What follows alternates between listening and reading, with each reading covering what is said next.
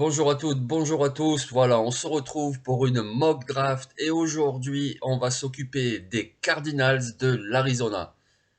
Donc, au premier tour, c'est le choix numéro 23 et là, les options sont vraiment ouvertes. On peut y aller sur un receveur, on peut y aller sur un cornerback, on peut y aller sur beaucoup de positions différentes. Écoutez, moi j'y suis allé sur un defensive tackle, il s'appelle Travis Jones. Travis Young déjà, je l'aime beaucoup, je suis vraiment pas le seul, vous le connaissez tous. C'est quelqu'un de mouse costaud, quelqu'un qui est très très bon pour le run stop, quelqu'un qui prend beaucoup de place au milieu de la ligne, c'est-à-dire qu'il occupe souvent deux bloqueurs de la ligne offensive. Et ça va être excellent pour Zach Allen et surtout JJ Watt à côté de lui. JJ Watt, un joueur formidable. On espère qu'il restera en bonne santé. Mettez-lui un Travis Jones à ses côtés et du coup, ça peut vraiment l'aider à être encore performant pour sa fin de carrière. Les Cardinals doivent faire face dans leur division aux Seahawks qui courent beaucoup, aux 49ers qui courent beaucoup, deux équipes qui étaient dans le top 10 des attaques au sol en 2021.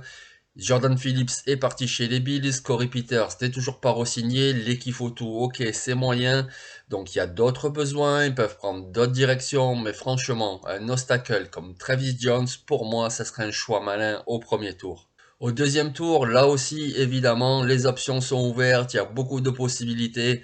Écoutez, moi, j'y suis allé sur un pass rusher parce que Chandler Jones est parti. Il y a Devon Kennard, il y a Marcus Golden, tout ça, c'est pas mal, mais c'est bien d'ajouter de la qualité et également un élément pour l'avenir. Et donc, du coup, j'y vais avec Nick Bonito de Oklahoma. Alors Nick Bonito, c'est un pass rusher dans le style plutôt fin. C'est pas du tout un Chandler Jones qui est dans le mode costaud, qui peut jouer en 4-3 comme en 3-4. Nick Bonito, c'est vraiment un outside linebacker pour une défense en 3-4. Ça tombe bien, les Cardinals jouent en 3-4. Nick Bonito, c'est plus un style léger, un peu à la Von Miller. Vous voyez, ce joueur très fluide qui a un très bon bend, c'est-à-dire qu'il arrive à conserver de la vitesse tout en se penchant pour éviter le lineman offensif. C'est quelqu'un qui a été très performant depuis 2 saisons. Au combine, on l'a vu, il est rapide, il est très agile, surtout ça aussi dans ses changements de direction, dans sa façon de se pencher, donc dans sa façon d'exploser vers l'avant. C'est vraiment un joueur très très intéressant. Alors il est encore un petit peu léger au niveau gabarit peut-être pour la NFL, mais écoutez, il y a Kennard, il y a Golden, lui il sera en troisième, il va apporter déjà dès sa saison rookie, mais surtout il va avoir le temps de prendre de la masse musculaire, de s'ajuster à la vitesse de la NFL, et je pense qu'il sera un solide titulaire pour le futur. On arrive au choix du troisième tour. C'est le choix numéro 87. Là aussi, les options sont ouvertes, on peut faire différentes choses. Écoutez, moi j'y suis allé avec un receveur, il s'appelle Alec Pierce, il nous vient de Cincinnati. Pourquoi Alec Pierce? Parce qu'Alec Pierce, déjà, il est grand, il a vraiment une bonne taille, il a un bon jump. On l'a vu avec Desmond Reader à Cincinnati, c'était vraiment quelqu'un très efficace dans les duels aériens. Et en plus, pour un joueur de son gabarit, il ne manque pas de vitesse. Et ça, on sait que ça plaît à Cliff Kingsbury dans son système, avoir des joueurs rapides. Et Alex Pierce, c'est vraiment ça. Adji Green, à ce stade, n'est toujours pas re-signé. Christian Kirk, vous le savez, il est parti. Il y a Rondale Moore, il y a DeAndre Hopkins. Ok, il n'y a pas le feu, mais quand même, il faut rajouter, surtout pour une attaque qui aime bien passer par les airs. Alec Pierce, au troisième tour, ça pourrait bien être un style. Le souci pour les Cardinals, c'est qu'ils ont un choix au tour 1, au tour 2, au tour 3 et ensuite plus rien jusqu'au tour 6. Donc là, on arrive directement au choix 201.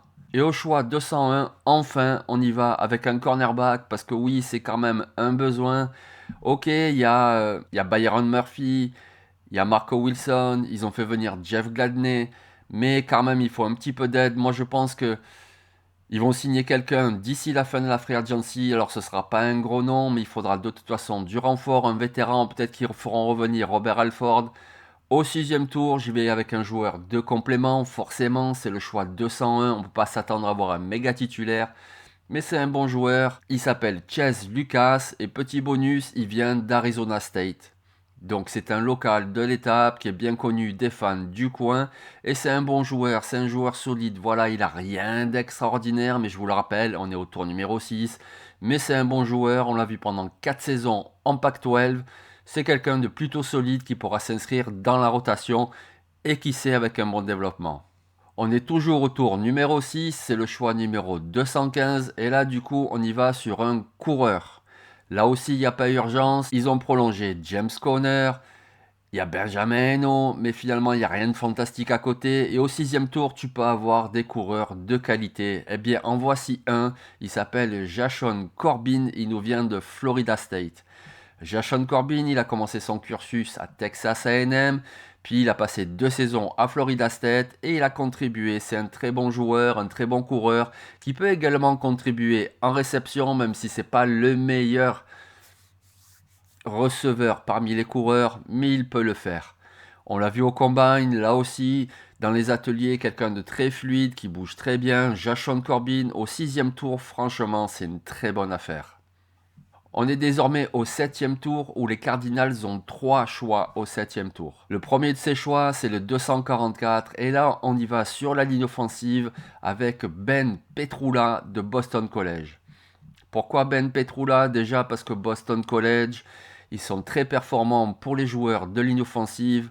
On verra à la draft Zion Johnson sans doute au premier tour, Alec Lindstrom, le centre sans doute au 3e ou au 4e tour.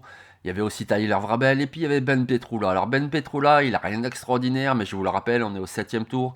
Et ce qu'il y a d'intéressant, c'est que c'est un joueur qui a beaucoup joué tackle droit.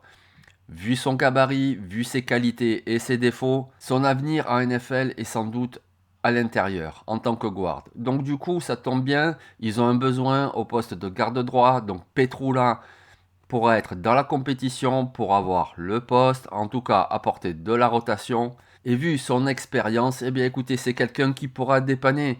Si le tackle droit Kelvin Mitchum a un petit souci, 1 ou 2 matchs, pas toute la saison, sinon ça sera trop juste, mais sur 1 ou 2 matchs, eh Ben Petrula pourra dépanner. Nous sommes toujours au 7e tour, donc c'est toujours de la rotation qu'on apporte. Et là, on y va en défense sur le poste de safety avec Percy Butler qui nous vient de Louisiana. Percy Butler, c'est un joueur solide, il a contribué pendant 4 saisons. Regardez ses stats, c'est un joueur plutôt complet. C'est quelqu'un de vraiment très intéressant au 7e tour. Il pourra apporter dans la rotation de safety, derrière Thompson et Baker, et puis évidemment en équipe spéciale. Enfin, le dernier choix, c'est le choix numéro 257. Et là, écoutez, le simulateur m'a donné un joueur de disponible et j'ai foncé dessus.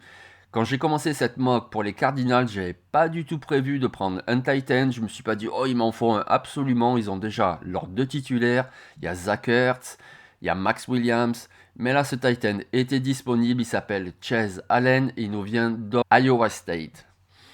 Alors, Chase Allen, c'était le tight end numéro 2 derrière Charlie Collard. Mais on l'a vu, il a contribué. C'est quelqu'un qui est plutôt bon en réception, surtout en réception. Il aura du travail à faire pour le bloc, mais il est volontaire. Et puis voilà, il faut apporter de la rotation parce qu'on le sait, dans un match, ça peut être important. Dans une saison, c'est important, il y a des blessures. Et puis vous le savez, gérer un effectif, c'est aussi penser à l'avenir et c'est aussi gérer des masses salariales. Par exemple, Max Williams, c'est un très bon joueur, mais en 2022, il jouera sur sa dernière année de contrat. Alors sait-on jamais, si Jess Allen montre de très belles choses, il pourrait envisager qu'il passe Titan numéro 2 et donc du coup, l'an prochain, tu n'es pas obligé de prolonger Max Williams à un contrat relativement important et tu as Chase Allen en Titan numéro 2 pour un contrat bien moindre. C'est aussi ça, jongler avec la masse salariale dans une équipe NFL. Donc je vous remontre la mock draft. Comme je le dis à chaque fois, mais je suis obligé puisque c'est la vérité tout simplement. C'est un des scénarios possibles. Au premier tour, il pourrait partir receveur, cornerback, etc., pass rusher. Moi aujourd'hui j'ai fait ce scénario là. Donc ça vous plaît pas, dites-le, il n'y a pas de problème. Je vous dis à bientôt, prenez soin de vous. Et puis n'oubliez pas, mettez votre casque et chaussez vos crampons. La draft approche, c'est dans moins de 40 jours.